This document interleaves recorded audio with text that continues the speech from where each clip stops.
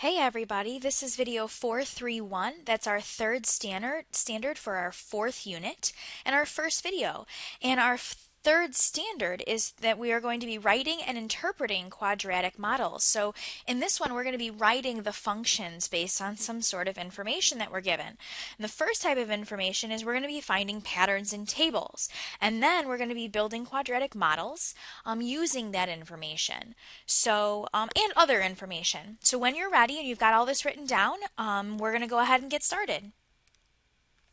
All right, so I've got three blank tables here because the first thing we want to do is we want to build them. We want to remember how we come up with the values inside.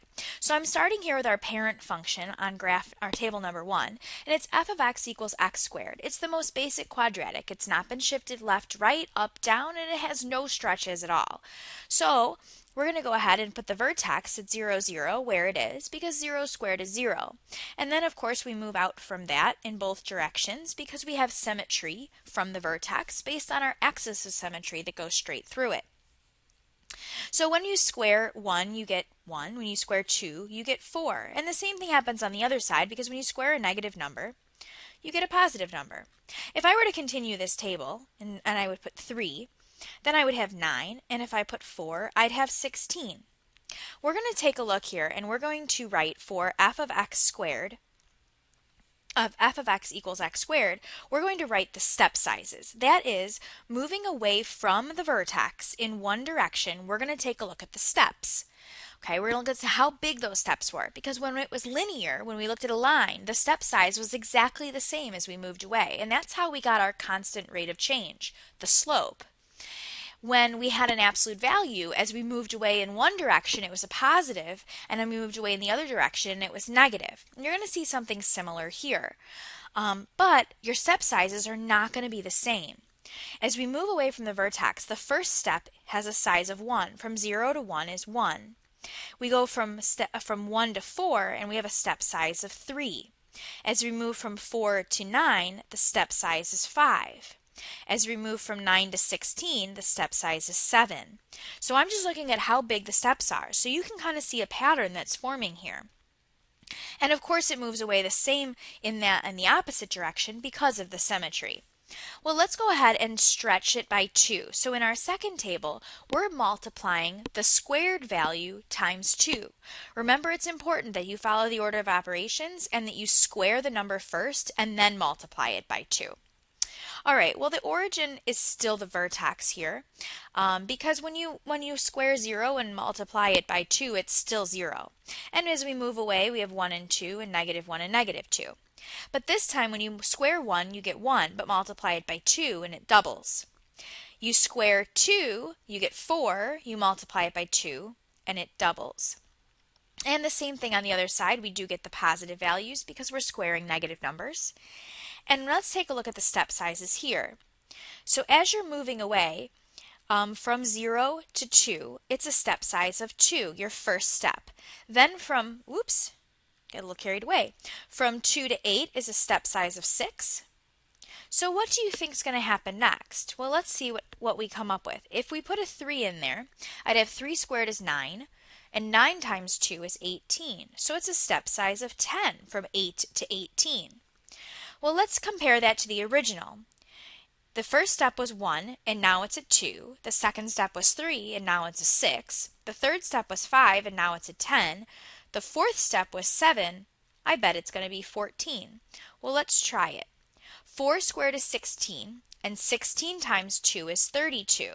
From 18 to 32 is 14. So let's predict what's going to happen in the third table.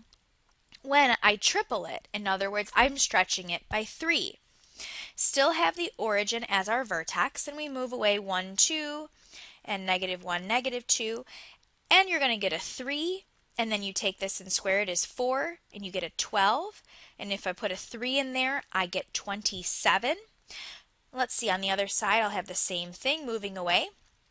So what are my step sizes? From 0 to 3 is 3, from 3 to 12 is 9, from 12 to 27 is 15. So let's see how that compares, and we can predict what the next step would be. So if the original step was a 1 and now it's a 3, and the original step was 3 but now it's 9, it's as though my step sizes have actually tripled as well, and that's the case. So that means that this would be a step size of 21. So these are the patterns that we're going to see as long as we're starting at the vertex. So let's see what we can do with that. So here I have some tables, but the vertex is not at the origin. We can notice that because I can see the symmetry start to happen right here, which means that negative 5 comma 2, oops, I don't know what I'm writing there, negative 5 comma 2 is my vertex. We're going to be writing the function in this form, which is our vertex form, or somebody may call it the transformation form, because it's where we can identify all of the transformations. But we can also identify the vertex. So the next thing I have to decide is, what is the a value? Because if I know that this is h and this is k from the vertex, the shifts left, right, up, and down, then I have to discover what the a is. And that is, what are the step sizes as we move away? Which of those three patterns do they follow? Or maybe do they follow a different pattern? In this case, I can see that it goes from 2 to 3 is a step size of 1, and from 3 to 6 is a step size of 3. So this follows the normal pattern, and where a value is 1. So substituting those in, I get f of x equals 1, which you do not have to write, x plus 5, because it's minus a negative. Don't forget the squared, it is a quadratic, and then plus 2. So that's my function that matches this table. Let's try the second one. So here I have a vertex right in the center. Again, I notice it because I see the symmetry. So my vertex is at 1 comma 10. Now I have to look to see what happens. Well, as I'm moving away from 10 to 8, it's actually going down by 2. And then from 8 to 2, it's going down by 6. So when it's going down, we can assume that it's flipped, which means that my coefficient, the a, is going to be negative. Well, it's also not following the pattern of 1 and 3. Instead, it's doubled, so it's 2 and 6. So my a value is a negative 2. So we substitute those values in. Negative 2 for the a, oops, I forgot my equal sign, times x minus 1 quantity squared plus 10. And that's the function that matches this table. Go ahead and pause if you need a second to make sure you understand what just happened in those two tables, and then continue because we're going to be looking at a different way of writing functions. All right, here we're going to be building some models for quadratic functions, but we're going to just be given some straight up information rather than a table of values. The first one is going to be given some transformations. So again, we're writing this in that vertex form or that transformation form that we've been working with. We use this for point slope and we use it for absolute value, and now we're using it for quadratics. So if it went left, that means that it left 3 and it went up 5, that means a negative 3 comma 5 is the vertex. And this stretched by 2 just means that the a value is 2. So we can go ahead and substitute those values in, and I have 2 parentheses x plus 3 because it's minus a negative, quantity squared plus 5. All right, this time they gave us the vertex, okay, and the direction that the parabola opens. Well, if it opens down, we know it flipped over. Since they didn't tell us about any stretches, then we can go ahead and assume that we just need a negative sign, and we do not need another number. You could put a negative 1 if that helps. So I have f of x equals negative 1 for the flip. The 1 just means that there's an ordinary stretch or no stretch at all, and the negative is representing the flip. X minus 3 quantity squared minus 1. All right, here's another one. This one, you're going to be given the vertex and another point that falls on the function. Once again, we're working with that vertex form or that transformation form of the quadratic. If you ever worked with the y equals mx plus b and you had to find the b value by substituting in the y, the m, and the x, and the only thing left over was the b to find, that's going to be very similar to this method.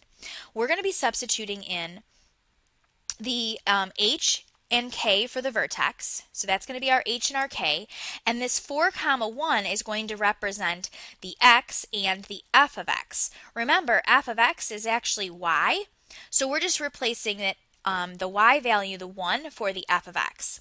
So let's start by putting the vertex in.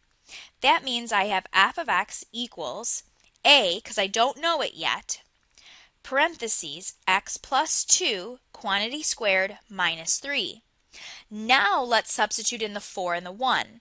The 1 is the f of x, or the y, equals the a, because I still don't know it, 4 plus 2 quantity squared minus 3.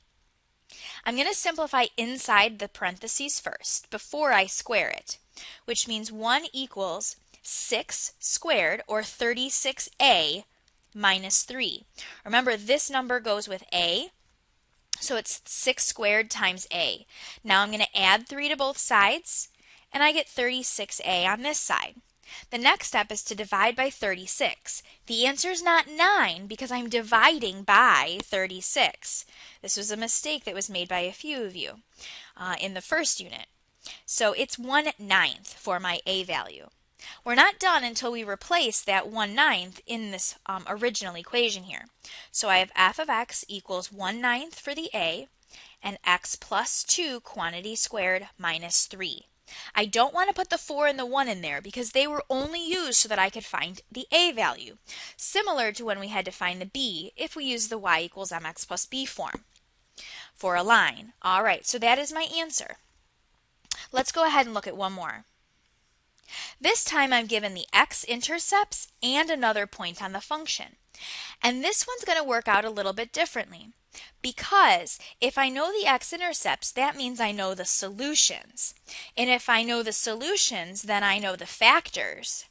So I'm working myself backwards from the intercepts to the solutions of the equation into the factors of the equation, and now is when I go ahead and say, well, there might be a stretch, but I don't know about it. So this is called the intercept form, where you have the intercepts in the factors, but I need to know about the stretch. So I am going to still substitute the x and the f of x in. That is, I'm going to put a 7 equals a times, and here I'm going to replace the x in 2 places because it's in each of the factors. Now I'm going to go ahead and simplify, and this is all multiplication, no addition. So it's a times a negative 2 times a positive 3, or 7 equals a times a negative 6. Or if you'd prefer to write it as negative 6a, which means a equals negative 7/6. So the way we're going to write this is I'm going to write it as f of x equals negative 7/6. I'm replacing the a value, and then I'm going to write the 2 factors. If the factors kind of bother you and you'd prefer to multiply it out, you can go ahead and multiply it out, leave the negative 7/6 out front, and then you've got x squared. It'll leave you a negative x and a negative 6. So it'll look like this. If that still bugs you, then you may continue and distribute and get negative 7/6x squared plus positive 7/6x plus 7. And that's if you distribute it all the way. But all 3 of those forms are acceptable.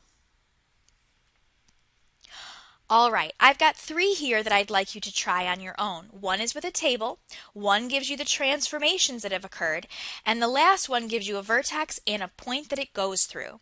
Try all 3 of those, and we'll talk about them the next time we're together.